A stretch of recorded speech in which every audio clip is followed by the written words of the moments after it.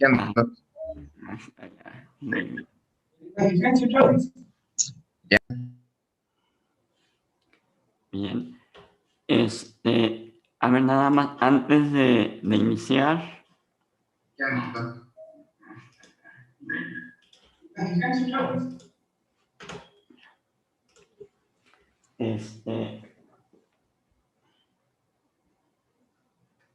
bien, y ya.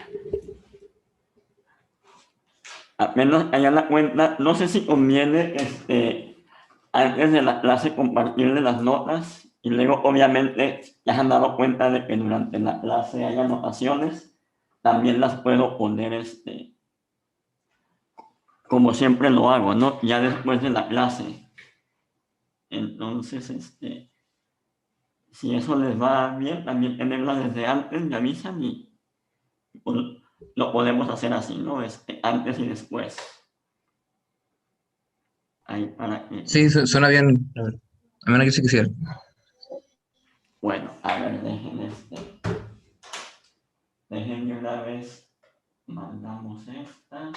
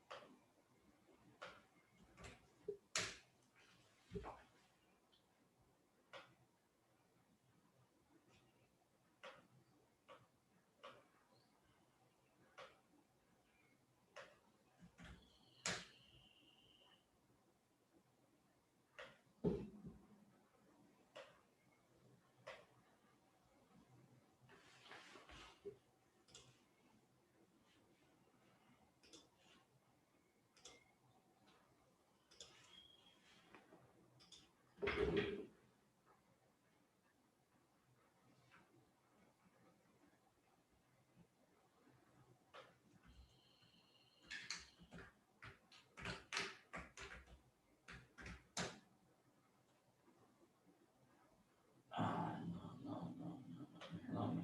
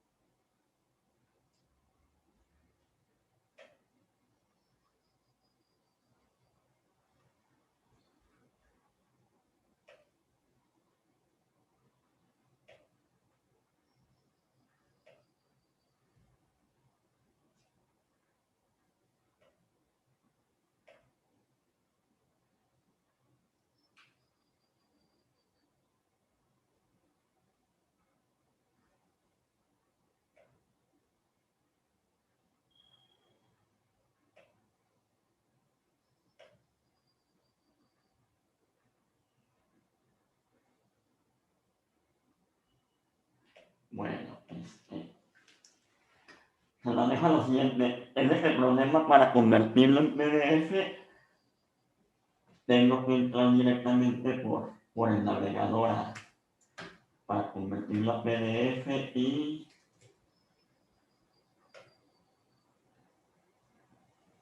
se está tardando en cargarlo. Entonces, para la siguiente, voy a subir las mismas notas antes.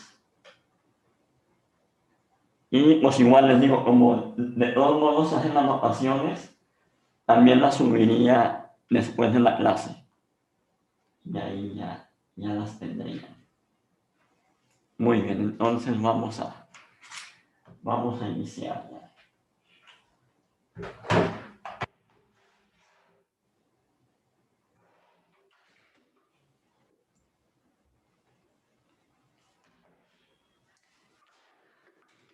So let's continue with the Lie groups. So from last time, we have this.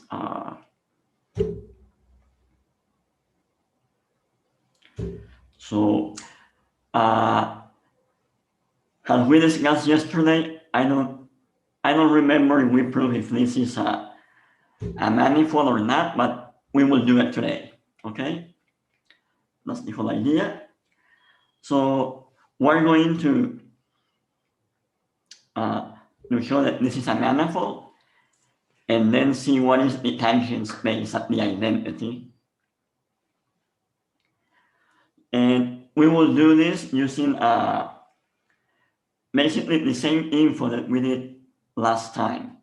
So we have this map to the terminal. That's a smooth map because this is a manifold, and this is the entries are polynomials on n-squared variables.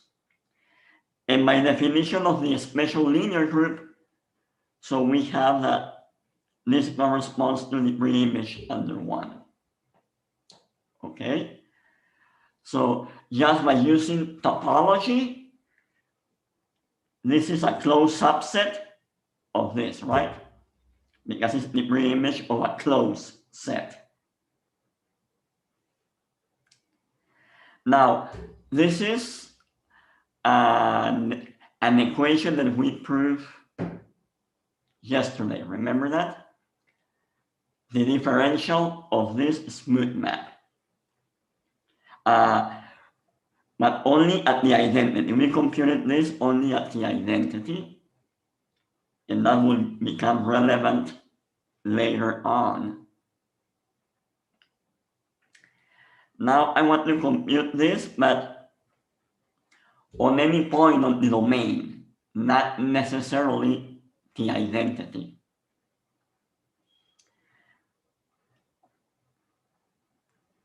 And this is the claim. So the differential of this at any point is given by this. Okay.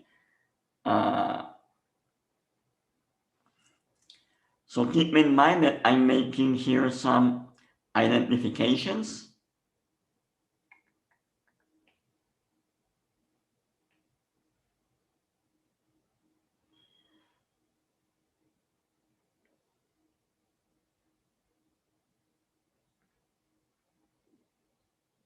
And this is a vector in A.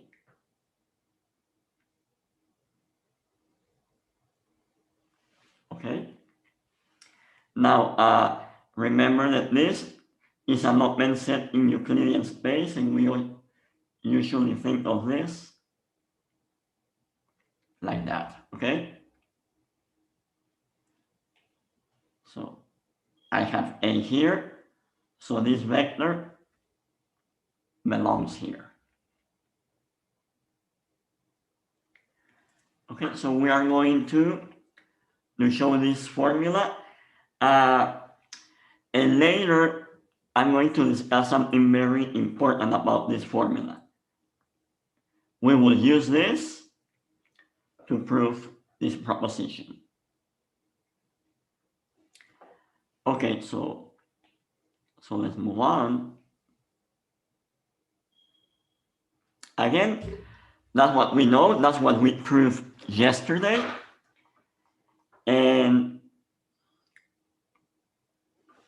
so now we are going to, we will prove this in the same manner that we proved this.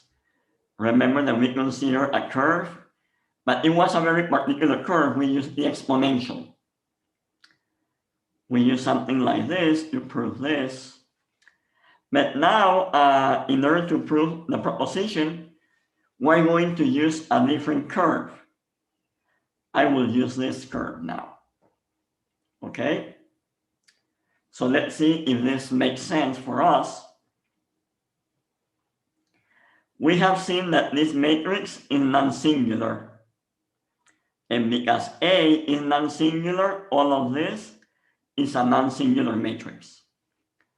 So indeed, this curve lies on the non-singular matrix group, okay? For any p, I have a matrix there.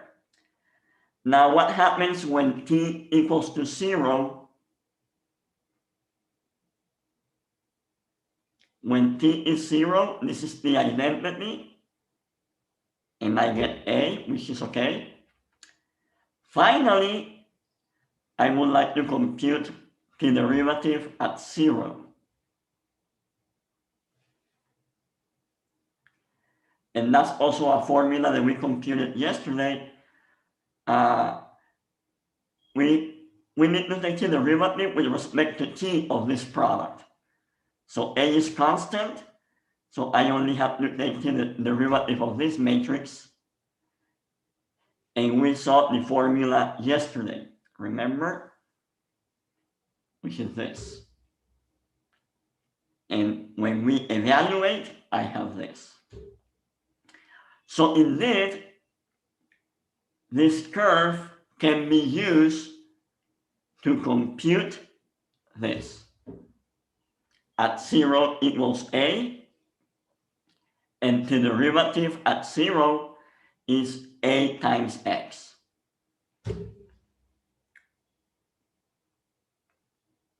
So instead of writing this, we use the definition, which is this. Okay, so we do the composition. We use the definition of the curve, and I get this. To determine that these are morphism of groups, so the determinant splits, I get something like this. This does not depend on t, and this, we know what it is, right? Using this fact, what we proved yesterday. Thus, we get this as claimed. So the differential at any A equals this. Okay, and so we are done with that proposition.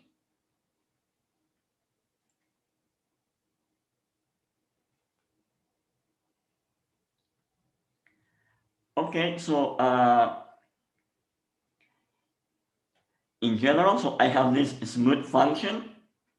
The differential is a map from here to here. Again, our Euclidean space, we always make the tangent space to be the same Euclidean space R. We make that identification. And the equation that we have proved, which is this one, helps me to determine what are the critical points of this, right? Because this has dimension 1, the critical points is when the differential vanishes. And the good part is that I have a formula for the differential. So for which values of A does the differential vanishes?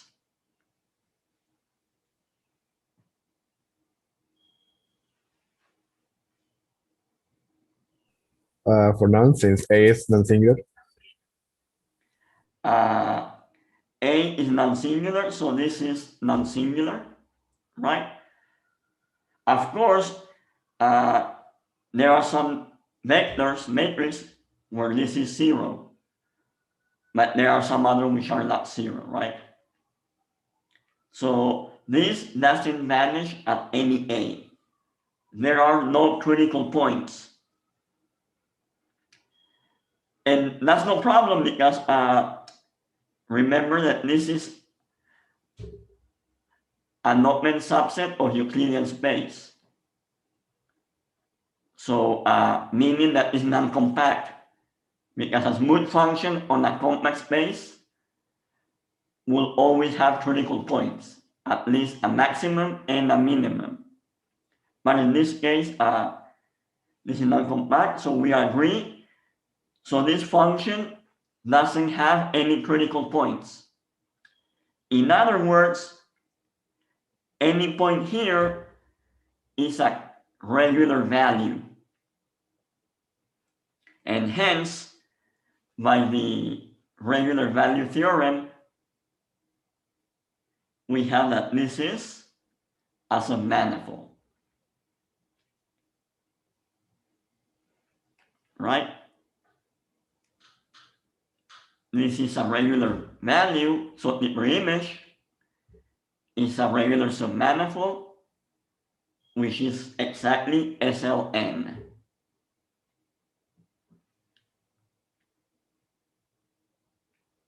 Right? Any questions?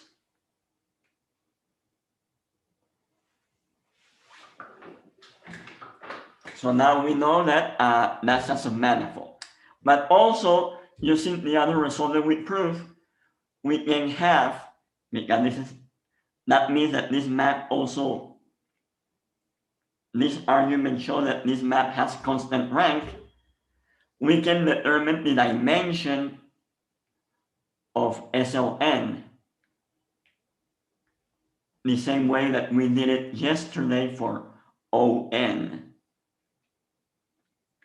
So the dimension will be the dimension of this, which is an open space, is n squared, minus the dimension of this one. Okay? So this is a Lie group of dimension n squared minus 1. Right?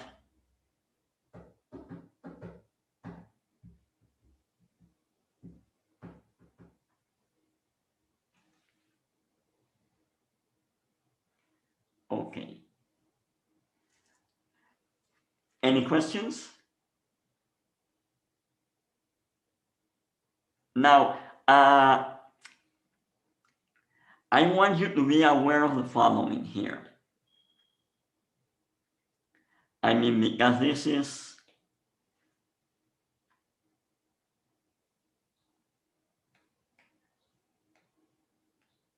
something important here.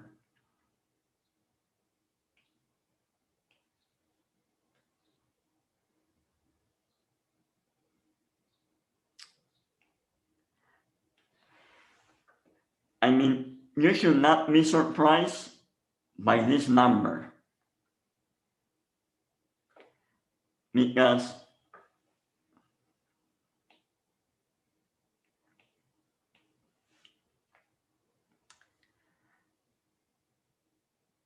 let's use this.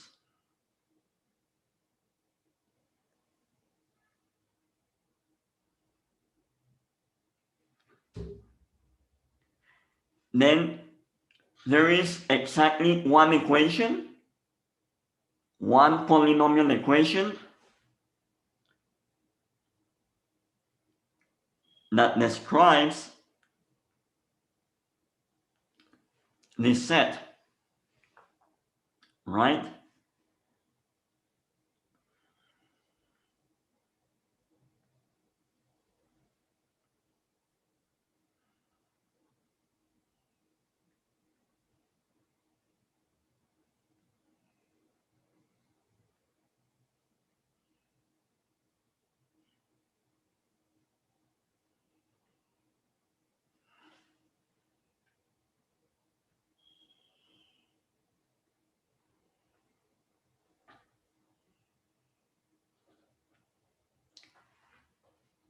I mean, do you understand what I'm saying here?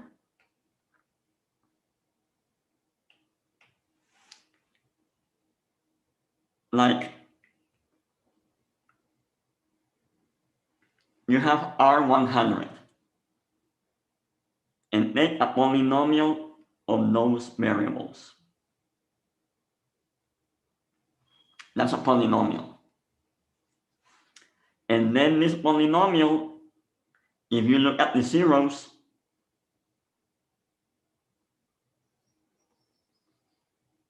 that is every point here,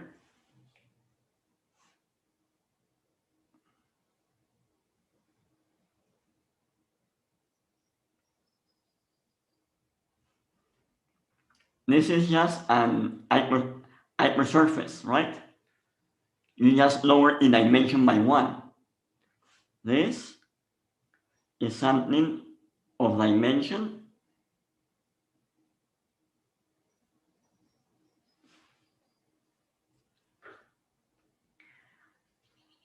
okay? And SLN is given also by some polynomial equation. Let's say in R3. Well, sorry, it's not R3, it will be R9. So take any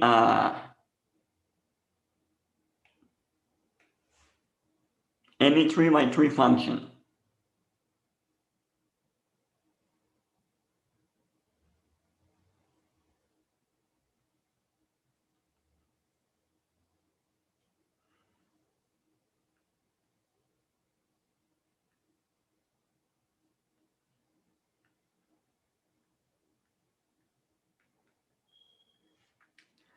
Then what is the polynomial equation that satisfies that gives you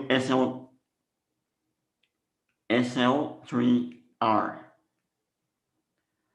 So is any polynomial function in 9 variables? And what is it? It is 1, 1, 1. What is the determinant? The formula, at least the first few numbers. That 1 times 1, 2, 2 times 1, 2, 3. Okay, so maybe 1, 3, 3. 1, sigma 1, right? Right. Sigma 2, and sigma 3. I forgot the sign here.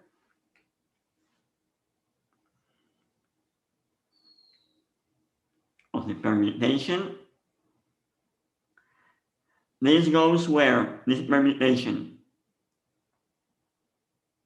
The symmetric group of 3 elements.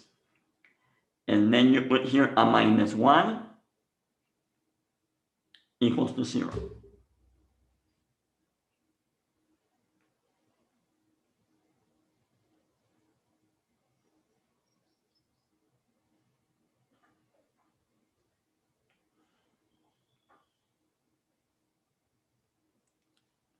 So if you look in R9, all of the vectors that satisfy this polynomial equation, that will give you SL9. I'm sorry, SL3. So just a 0 of some polynomial. Like the circle on R2 is just the 0 of the polynomial x squared plus y squared minus 1. Equal that to 0, and that will get the circle. Okay? So I just wanted to say that another way of understanding that number is something that we were expecting. Okay, are there any questions about this comment?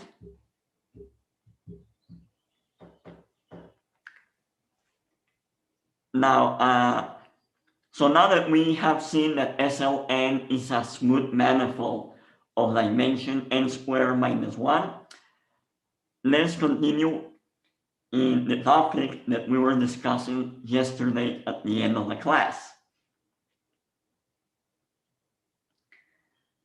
So I look at the set of all n by n matrices whose trace equals to 0. This is sometimes called the traceless matrices. Okay?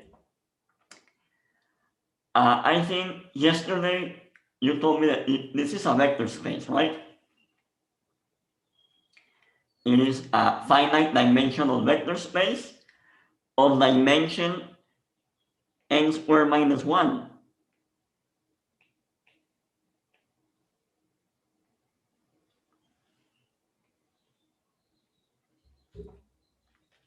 Okay, everyone here? Now, remember that yesterday we took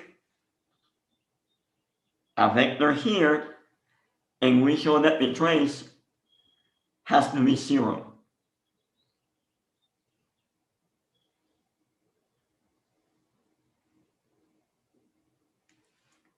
So, do you remember that this inclusion that we did yesterday, we took a vector there and then we show that this is traceless. ¿Qué pasa, Moisés?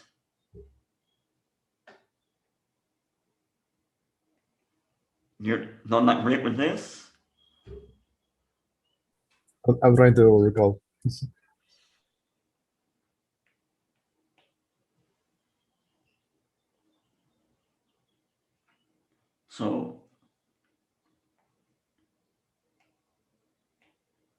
So let's recall this.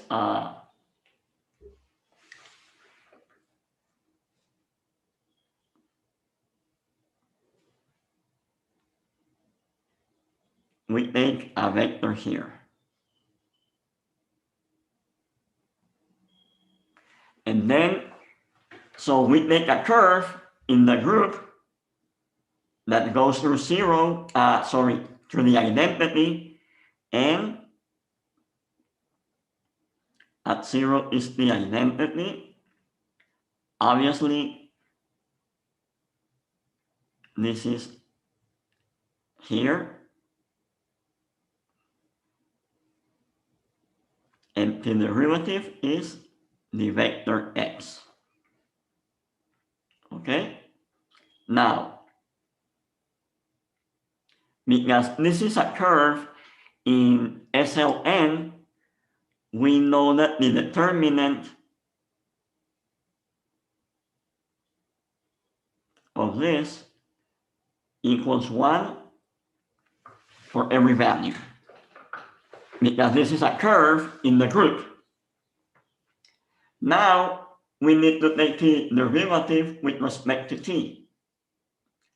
The right-hand side equals 0 because there's no t. So, only the left-hand side.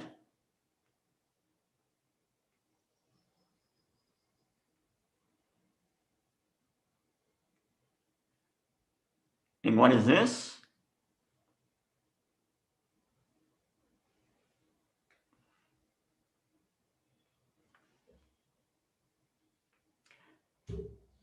The derivative of the determinant of a matrix is?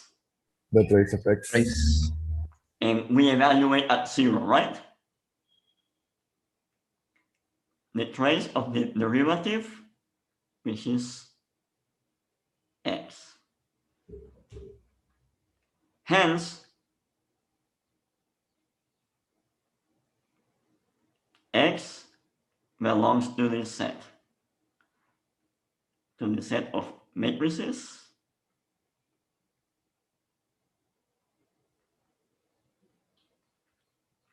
whose trace is 0, right? That is,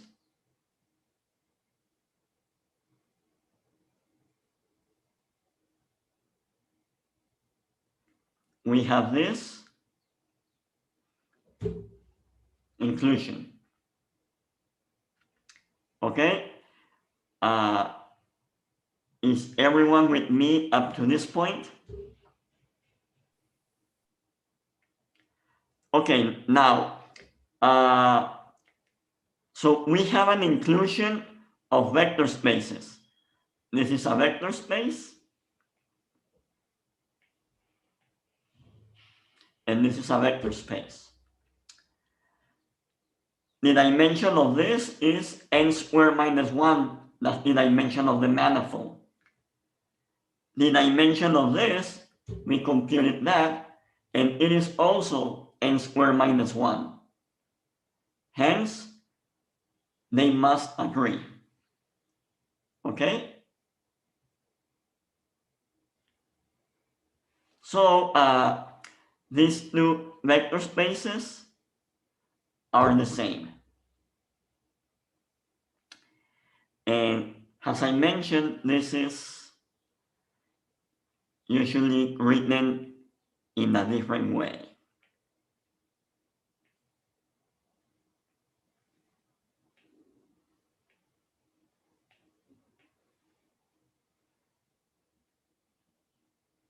It's written like this, with this type of letters, SL. German letters, SL. So the tangent space of SLN are the n by n matrices of trace 0. And as we mentioned a while ago, this is usually called the Lie algebra of the group. But now we can actually say what it is. We have a description of this. Previously, we only said, oh, it is the tangent space at the identity element. But now we have a description of that vector space.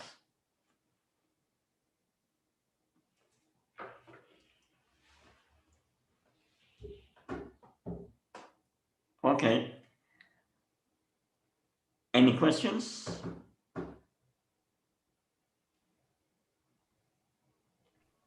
No. Now, let's do the same, meaning, let's see what is the Lie algebra of ON.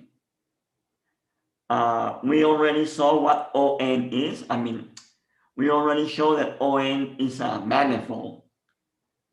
We even computed the dimension yesterday. So this is a smooth manifold of that dimension. And we will do something similar for the Lie algebra. Let's try to understand what type of matrices are these ones. Again, remember that what we said yesterday here. Any one of these groups lies here.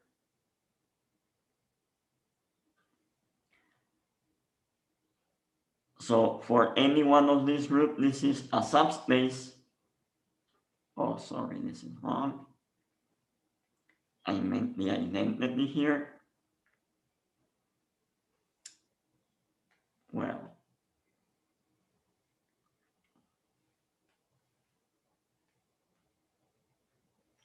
this is a matrix group.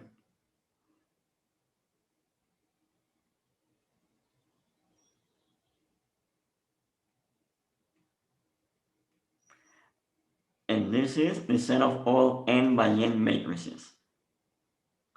So this is a subspace of n by n matrices, but we need to say more.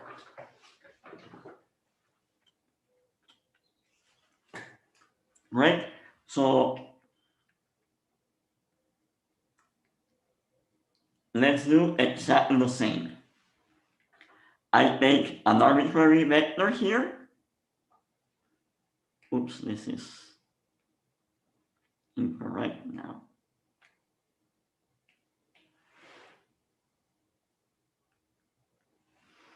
I take a vector there, and I would like to give a description of this vector. So again, we take a curve of orthogonal matrices. At 0, I'm at the identity, and the derivative of 0 equals that vector x.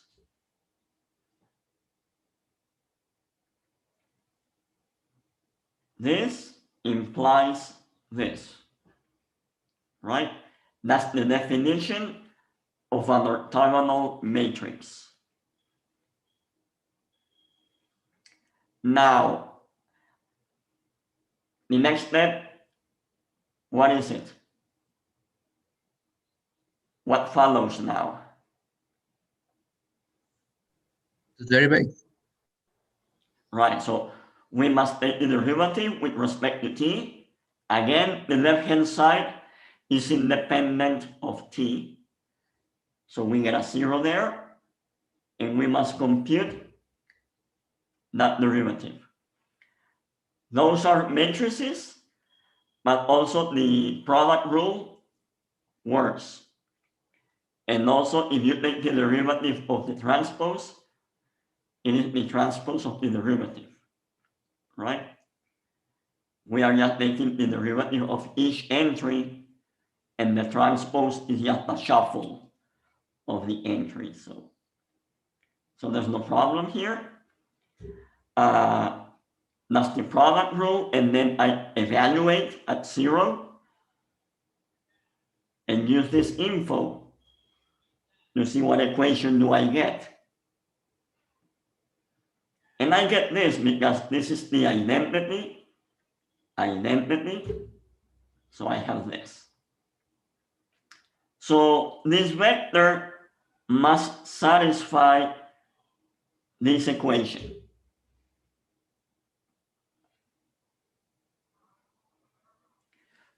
Do you recognize this equation here?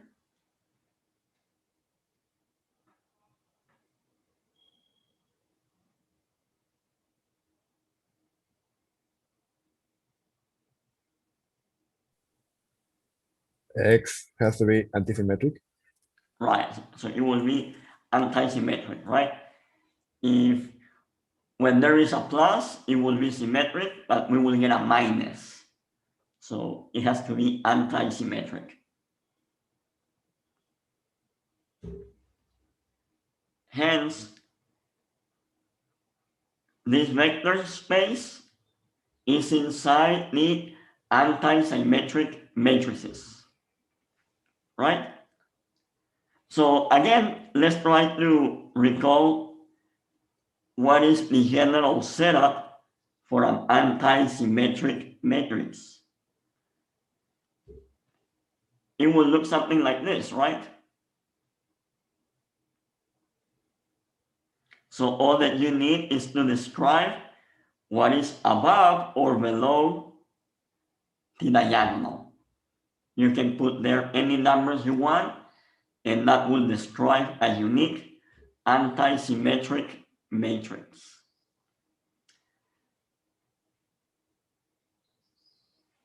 Now, do you agree that the space of all anti-symmetric matrices is a vector space?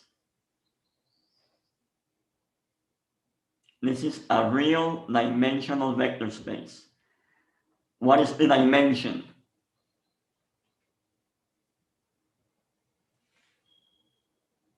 The same as before. N times n minus 1 over 2. Exactly.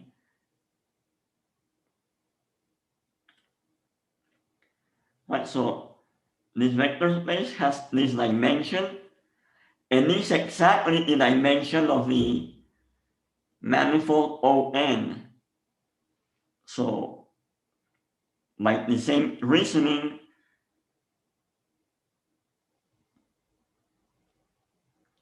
this agrees with the set of anti-symmetric matrices. And that's the Lie algebra of the orthogonal group.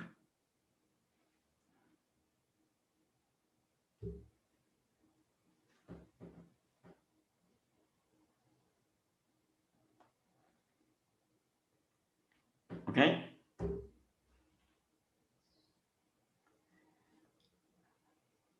So we know very well what are the Lie algebras of GLN, all matrices, SLN, traceless matrices, and for ON, anti-symmetric matrices.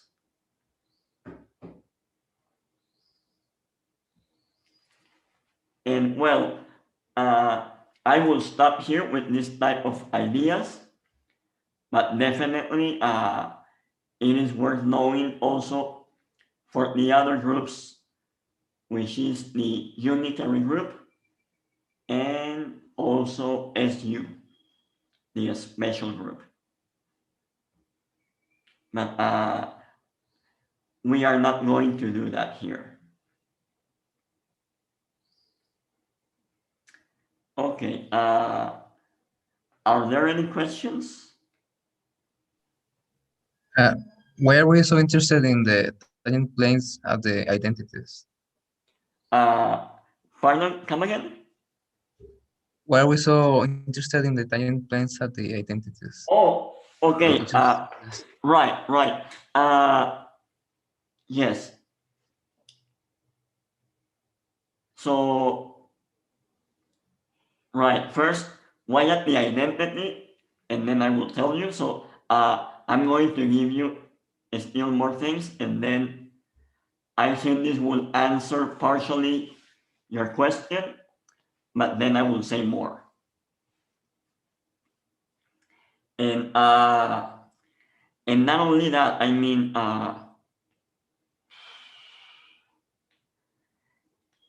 it's not only that we are, the question is, well, why are we interested? That's fair.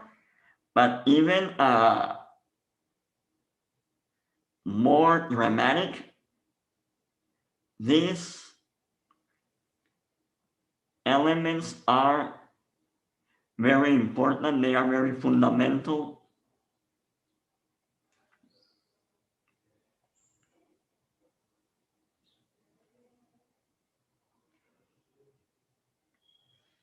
And I mean,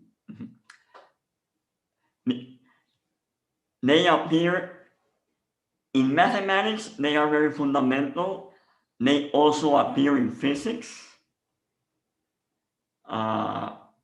It is very important.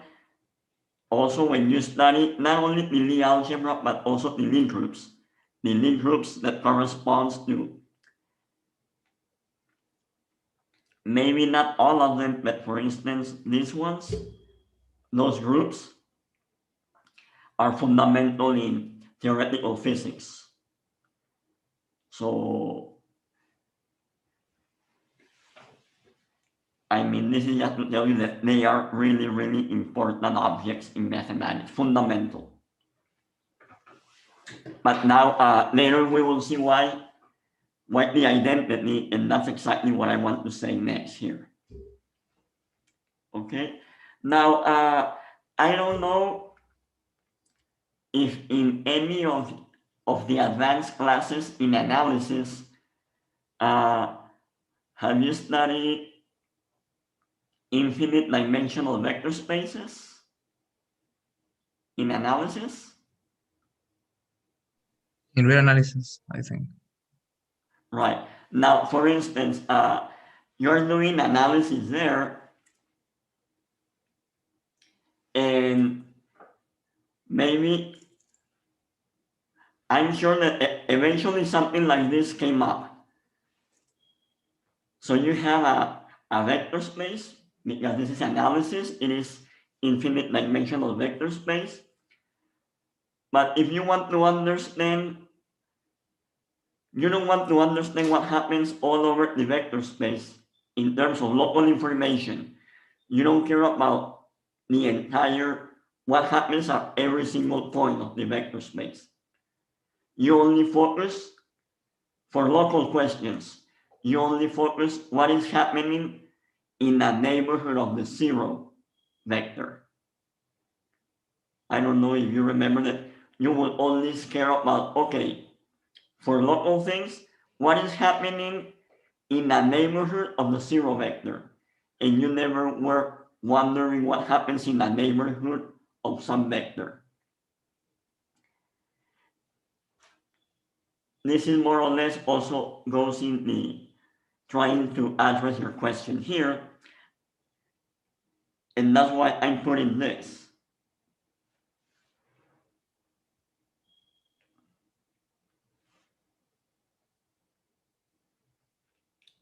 This is what we saw yesterday.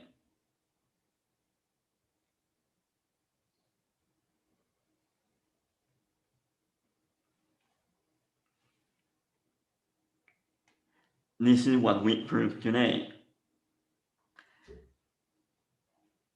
Roughly speaking, this is the important thing, because you have a group. When you have a group, also like when you have a vector space with the addition, if you want to study local things, the differential is something local about this point. Basically, you only need to worry about what's going on at the identity.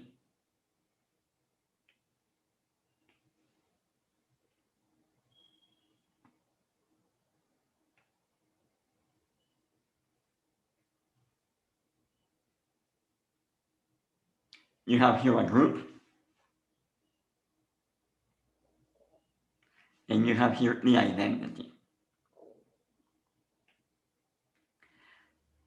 And you are concerned about local things. So take a neighborhood of the identity. Okay, very nice. This is something that you understand whenever you are studying. You understand that very well in a neighborhood of E. But now, why does it suffices to understand this only here and not on all of the manifold?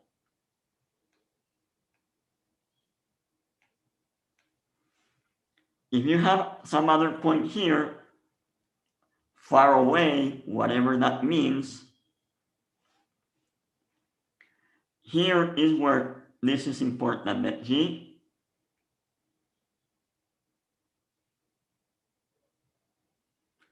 topological group or a Lie group. What do I mean by this? That the operations are smooth, remember?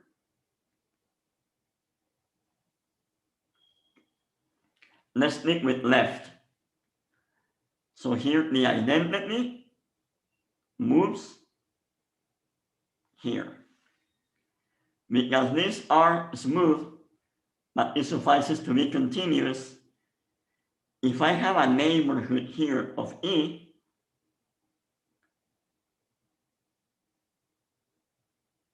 this is going to be also a neighborhood, and you are just translating everything whatsoever. This neighborhood U, you can translate it here. All of the elements.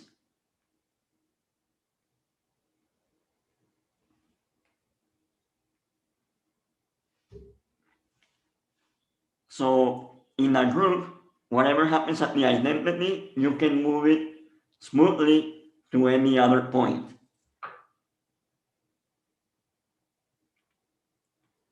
That's also what you do in analysis.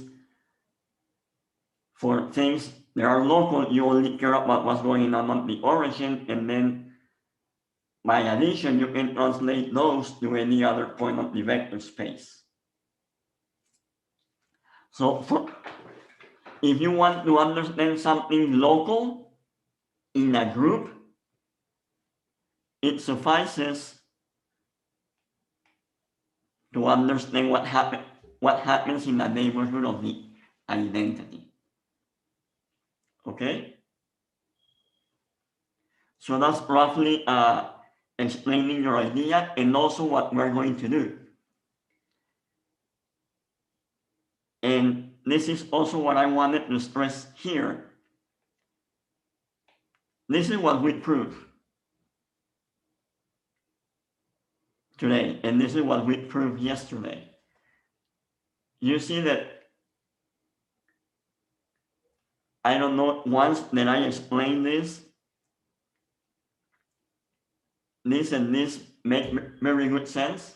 Basically, I'm just translating what I have at the identity, and I would translate it to A.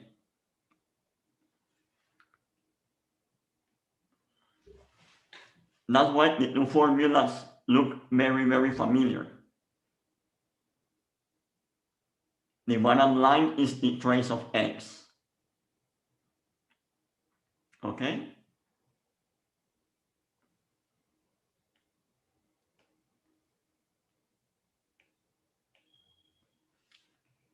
In fact, what it is this. I mean, you have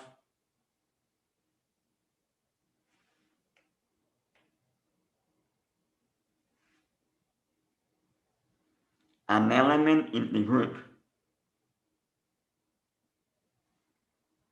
You have left multiplication.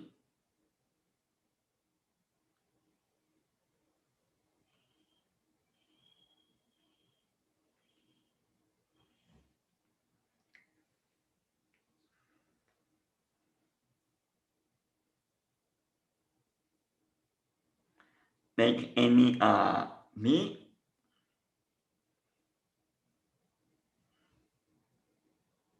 Now let's take the differential. Let's do it at the identity. This is a linear map from this.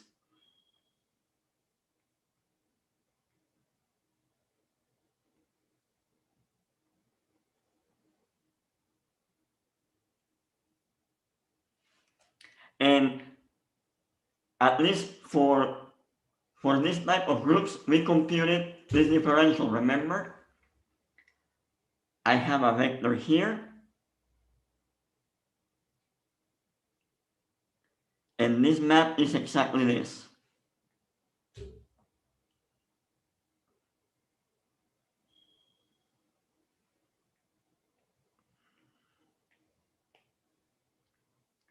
So what you see here is precisely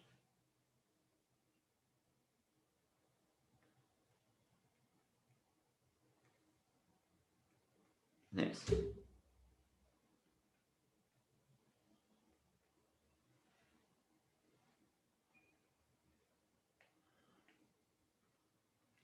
So in other words, this formula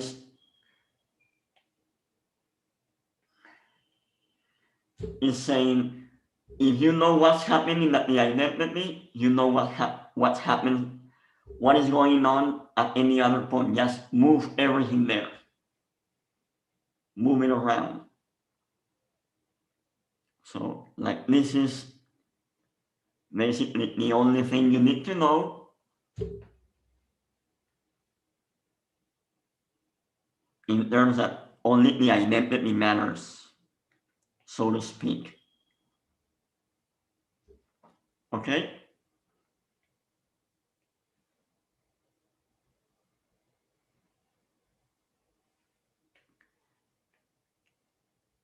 Any questions?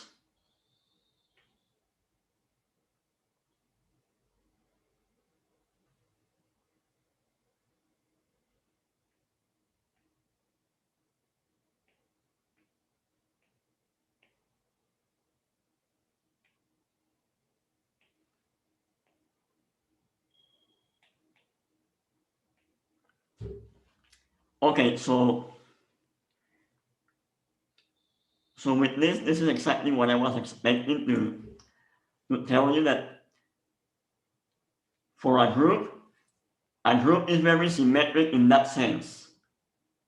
Basically, many of the things that happen at the identity, you can move it to any other point of the group. Okay? And we will see more here.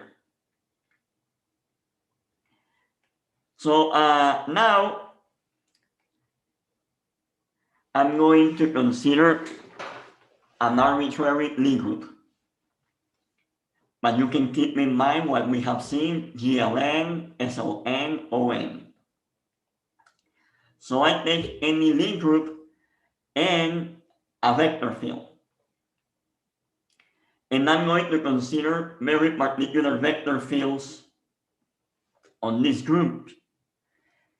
And they are called the left invariant vector fields. I'm going only to focus on left, but you can also do it with right. And so it's just a matter of convention that usually we take left instead of right. But there's no reason to stick with one. Either one will work, left invariant or right invariant. So a vector field is called left invariant if I have this for any G in the group.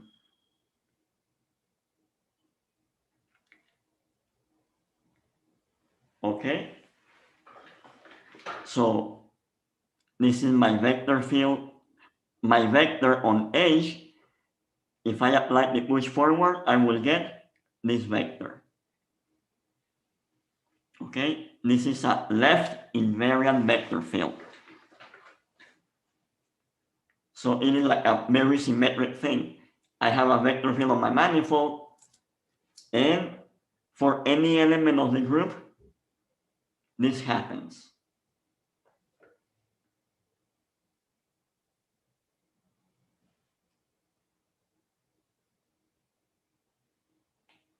So if I take a vector field on my group, let's say that we know this at G. And let me erase this.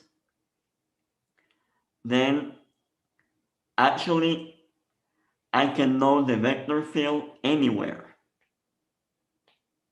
Let me put it here instead.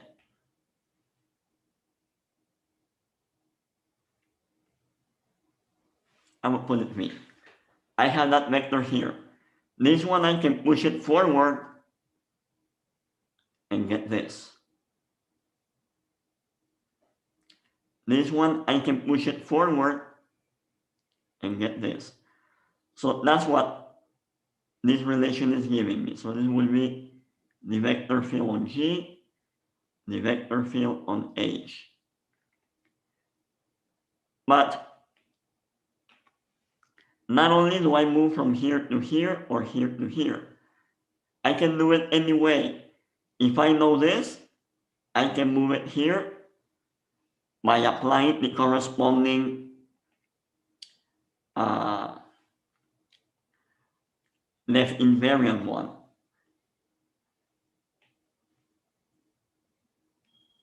This is H. If I would like to move to G, I have to use which map? G, H inverse. The differential, that map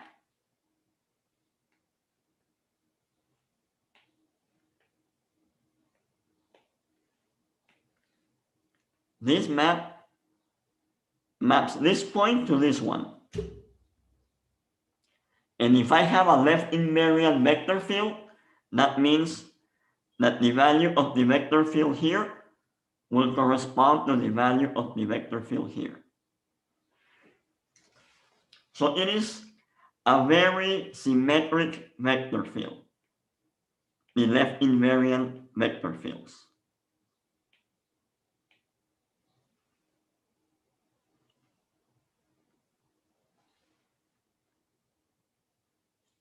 Okay, so basically a left invariant vector field can be determined if we know the value at one point.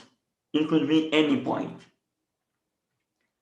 For matters of normalization, we take the identity. Okay, So I think also this argument comes to answer your question partially, Salvador. So any vector field which is left invariant, I can describe it if I know the value at any point. If I know this vector and it is left invariant, I know it at every single point of the group. And for normalization conditions, we consider that point to be the identity element. So at E, I take the vector. Okay? So any left invariant vector field is determined by the value at any point of the group. And for the convention, let's take it at the identity.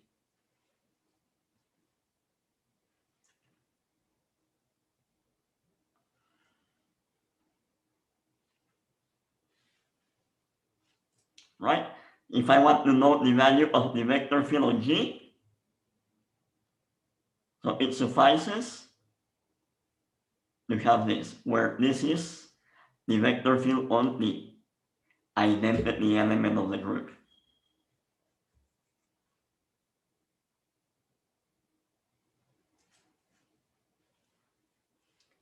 But this works also the other way around.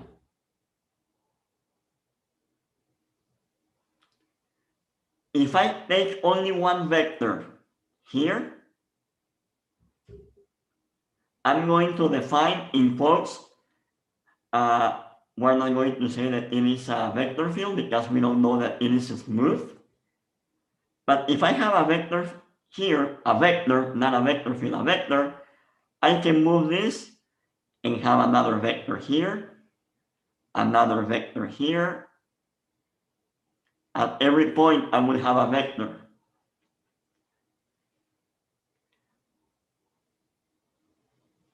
And it is in fact a vector field in the sense that it is smooth.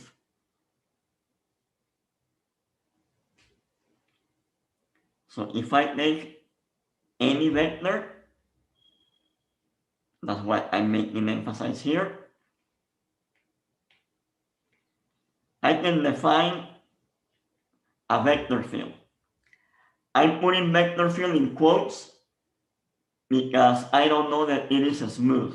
Usually, when we say vector field, we assume that it is smooth. And here, I only say at any point of the group, I have a vector, and it's that one. Okay?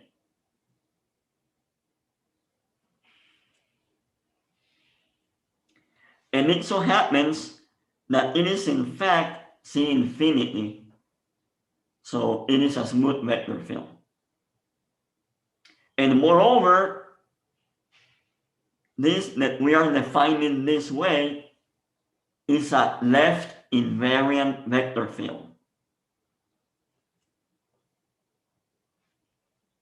Okay? So before moving on, if I have a vector field, I look at what's happening at the identity and I have that vector.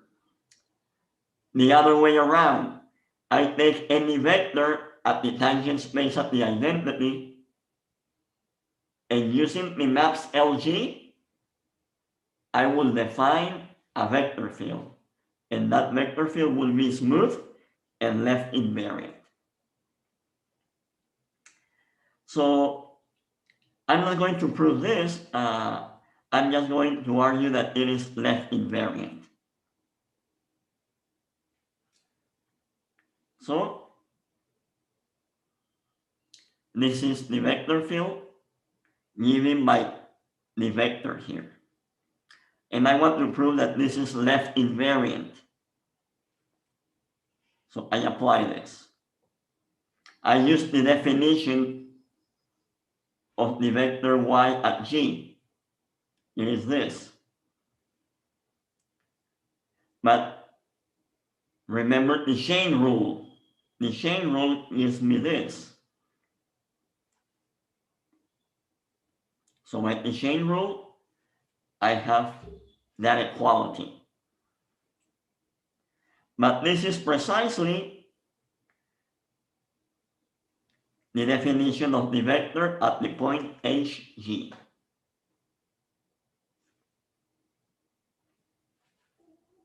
So we have that this is left invariant.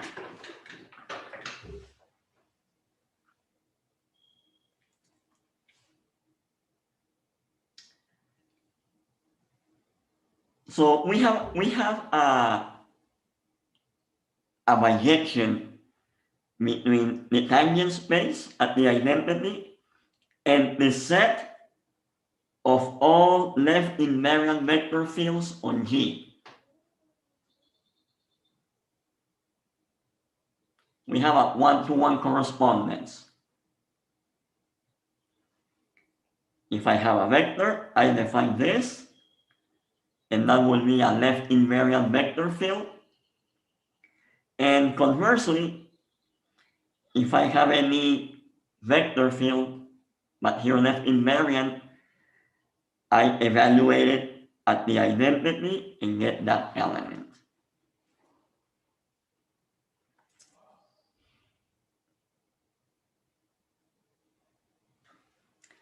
Okay. Now, the set of left invariant vector fields is a linear space. It's a vector space. You can add two left invariant vector fields and it will be left invariant. Because remember the definition of being left invariant.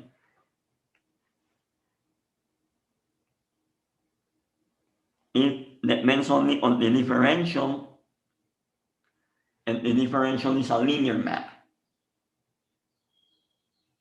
So the set of left invariant vector fields on a group is precisely a vector space. But not only that, actually what we have in here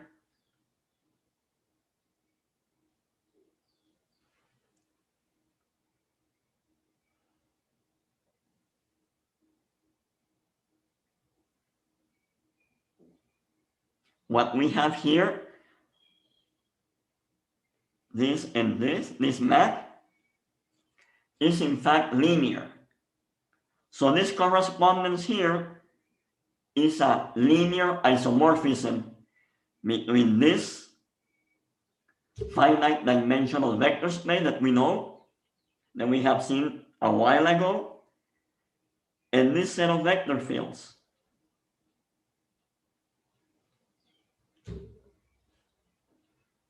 Remember that the set of all vector fields on a manifold is infinite dimensional. So for a Lie group, we managed to obtain a very, very small set, a very small subset, which is the set of left invariant vector fields.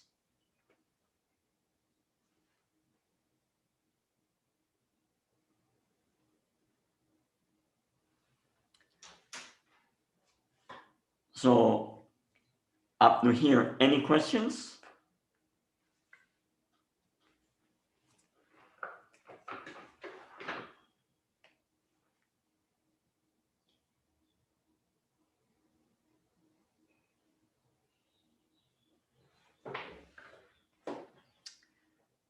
Okay, and now, so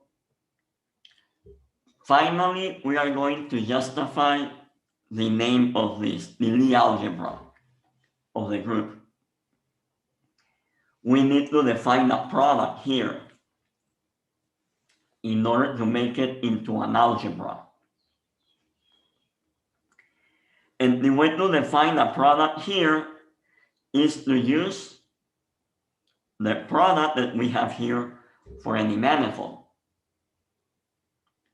This is the Lie algebra of vector fields, and the product is given by the Lie bracket. So here, this subset is closed under the product of the Lie brackets that we have seen.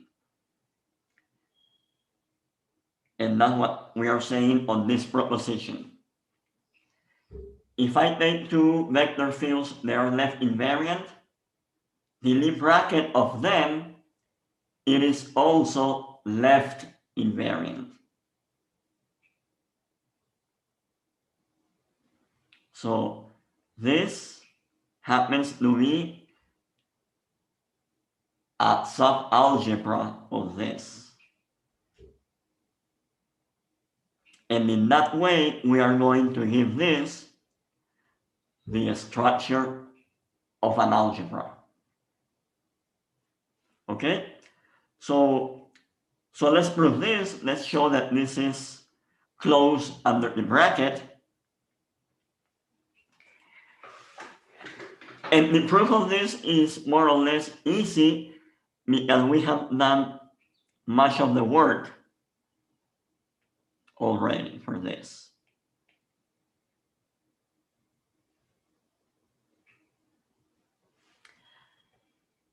Now, being left invariant means that the vector field is related to itself by LG for any G. Remember that the LG are diffeomorphisms of the group. And exactly being left invariant means that they are LG related for all possible G.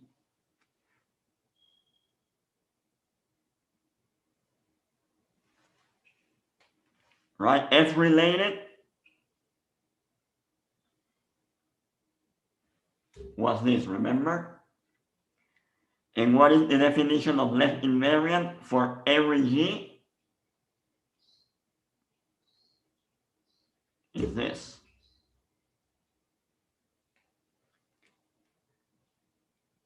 So with that,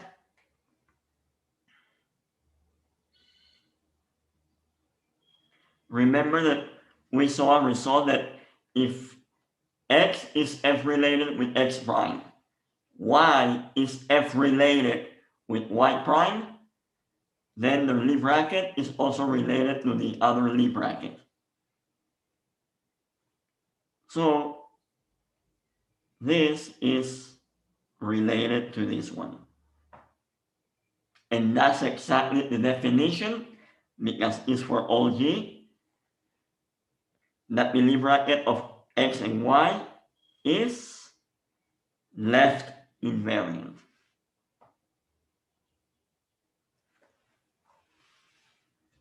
Okay?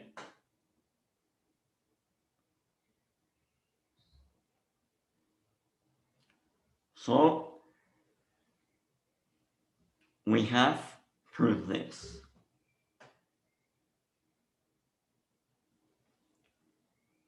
Any questions here?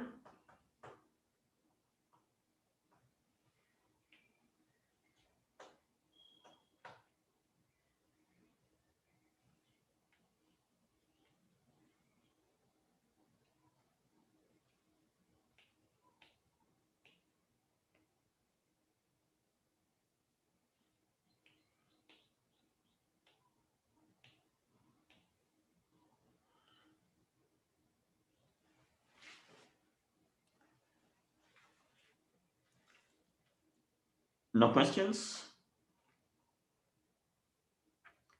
Okay. Now, before going to the Lie algebra setting, let me just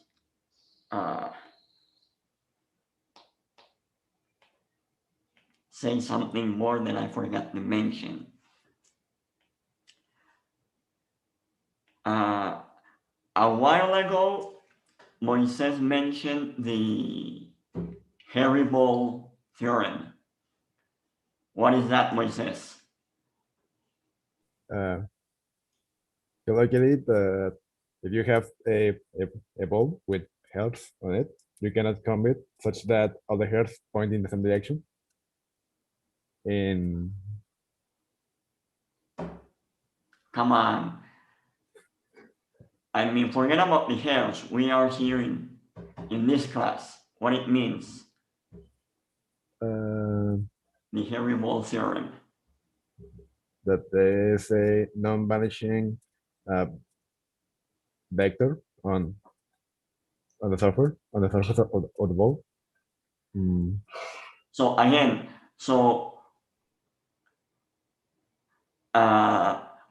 the ball, this is S2. So what is happening on S2?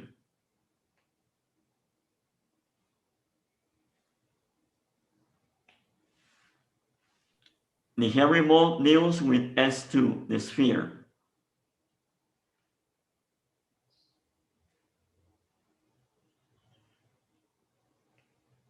So now say about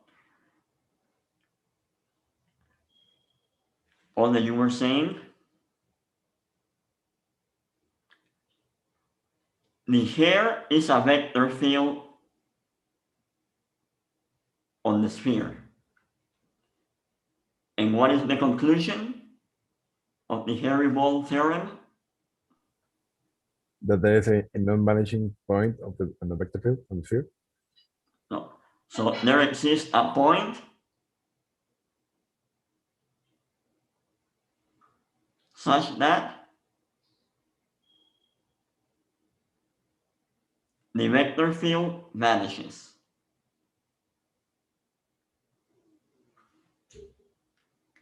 So on the sphere, you cannot have a vector field that doesn't vanish at any point. That cannot happen.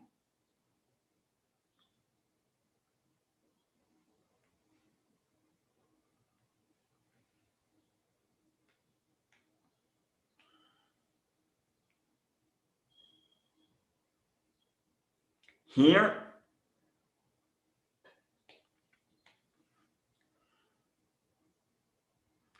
on this one, is the same true or not?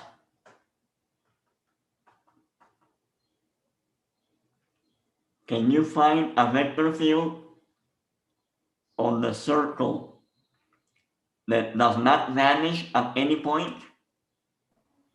We did a homework problem on that, right? It is not true. It's not true, right? Mhm. And in fact, I don't remember if they will give you exactly which one it is. Something like this. Okay? Right? So on this one, you can find a vector field that doesn't vanish at any point. On S2, that's not the case. Any vector field must vanish in at least one point. Okay? Now,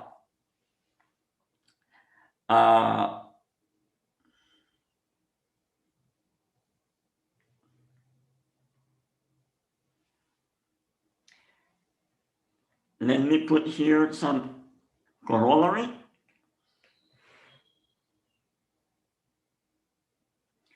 On the Hairy-Ball problem.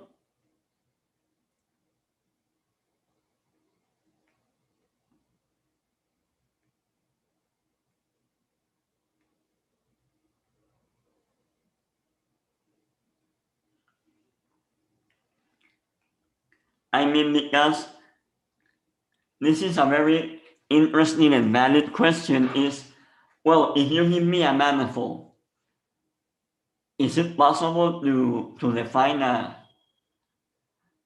group operation on it? Can I make it into a Lie group? Right? That's a very reasonable question. And so we will see why S2 cannot be given the structure of a Lie group. You know that S1 is a Lie group. Remember that we discussed that yesterday?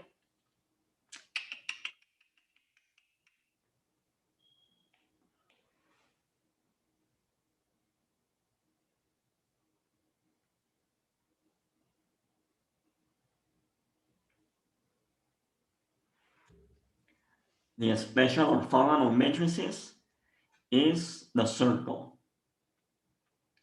So S1 is a Lie group. The second one, S2, is not a Lie group. We will say why this is true. And now you can ask the same question for any sphere, right? Can I give the structure of a Lie group to any sphere? And this is a very natural question. Some of them are very hard to answer, but this one, with all of your knowledge, you can now say why S2 is not a Lie group. And this has to do with the following fact.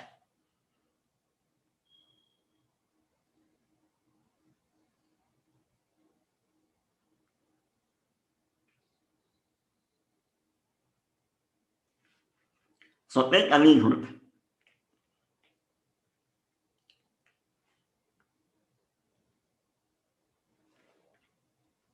And consider a non-zero vector.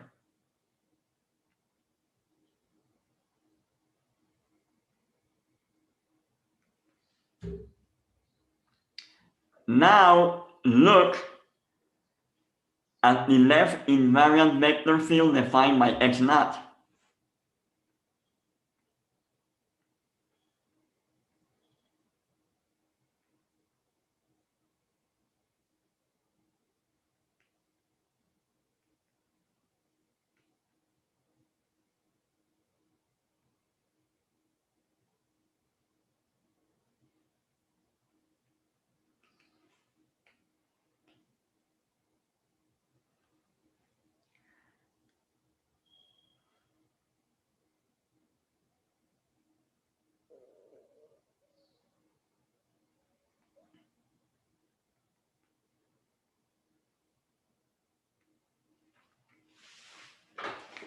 Remember that the LGs are diffeomorphisms.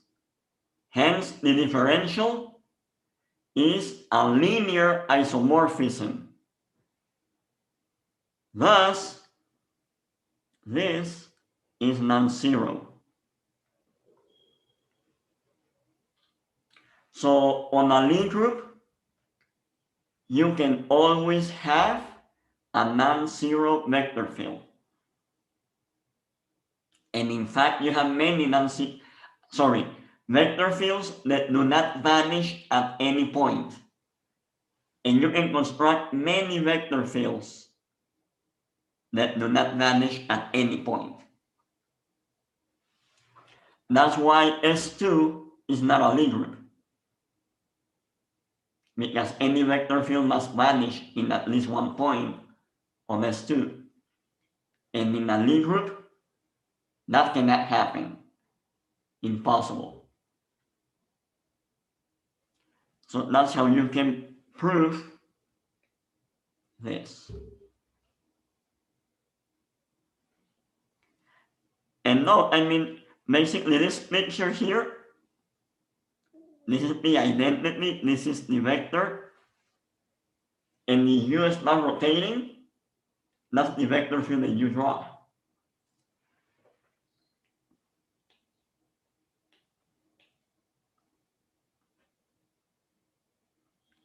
And I mean, in fact,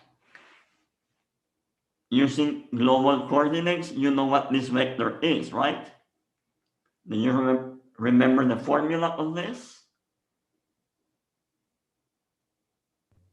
Minus y, comma x.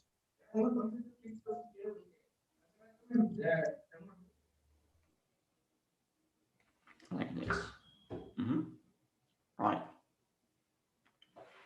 Okay, so that's why Lie groups are very interesting. The symmetry of the group gives you many information, and you have all of that.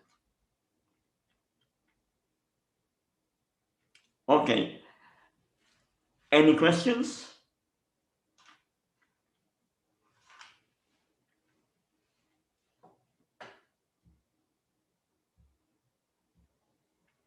Nice.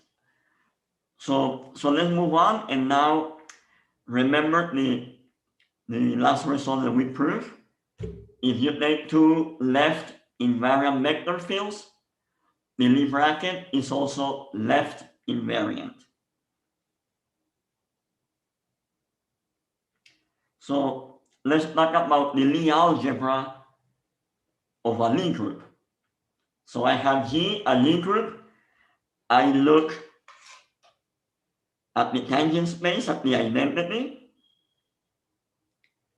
and we use this German G. So it is a finite dimensional vector space, has the same dimension as G. And I'm going to take two elements here, and the whole idea is to give an algebra structure to this vector space.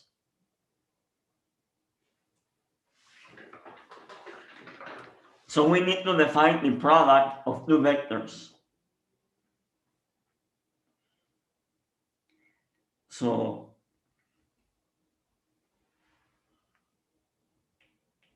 this is the definition. So this is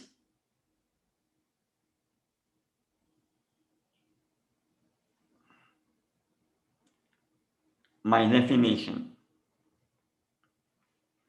I take two vectors and I'm going to define a new vector. And the way to do it is, well, if I have this vector, I will let this be the induced left invariant vector field. I have this other vector. I choose this to be the left invariant vector field.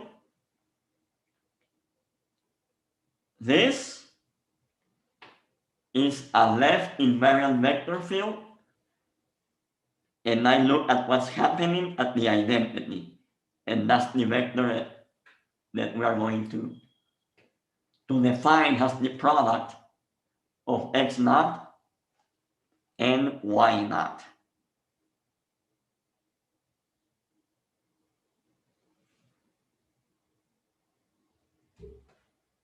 Okay? So in that way, we give an additional structure to this vector field. To this vector space. Using this, it now becomes an algebra. So we have the product of vectors given by the Lie bracket of some vector fields, and that's the definition of the Lie algebra for a Lie group.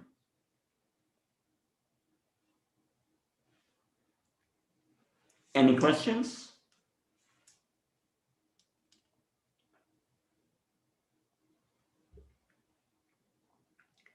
Now, Salvador, so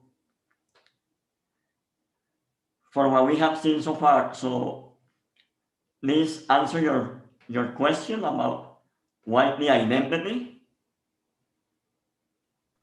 Yes, indeed. Okay. Right. And I think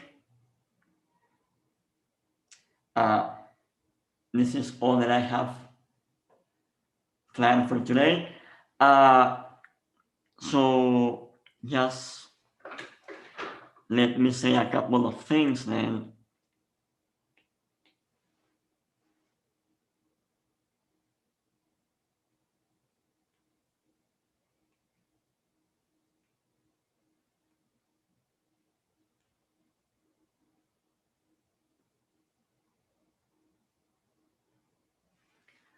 So the infinite dimensional vector space is a Lie algebra, and for a Lie group, this is also a Lie algebra, finite dimensional.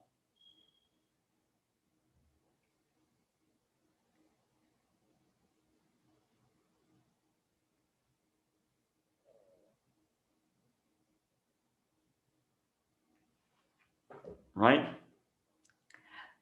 Now for next class, Now that we have defined the product, we need to understand what is this. So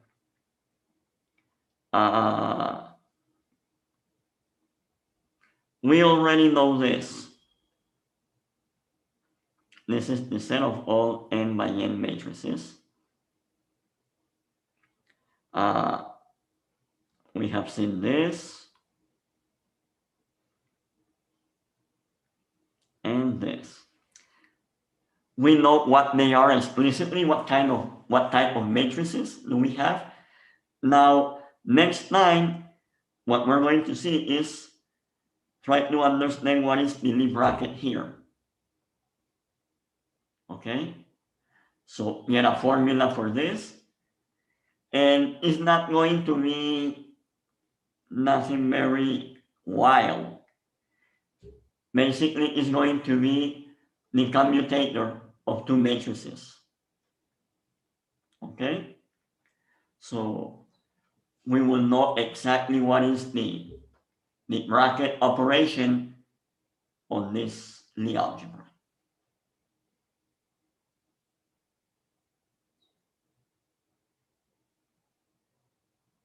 Right? So, any more questions?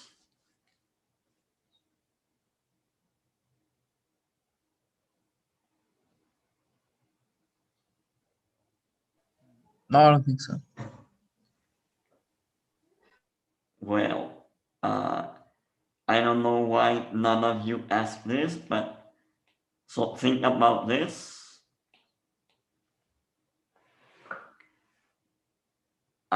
I wrote this,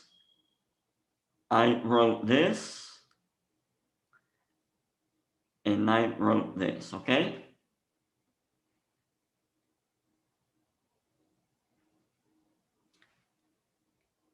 Well, you know this corresponds to this group.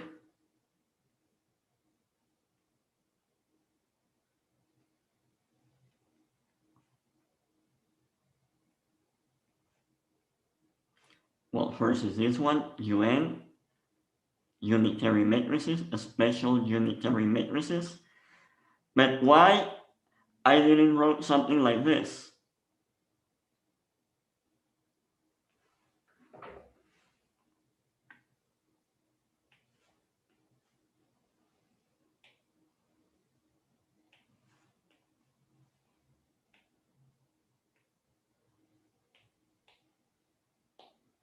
Because we do have this group,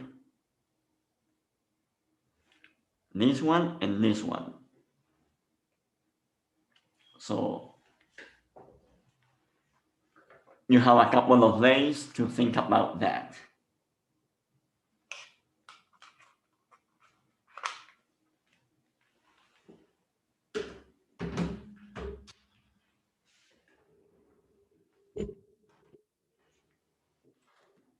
Good.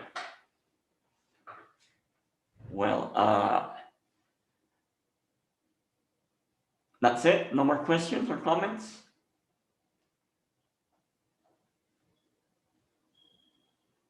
Okay, so I will see you next week. Okay? Salvador, wait for me. Give me a second, don't leave.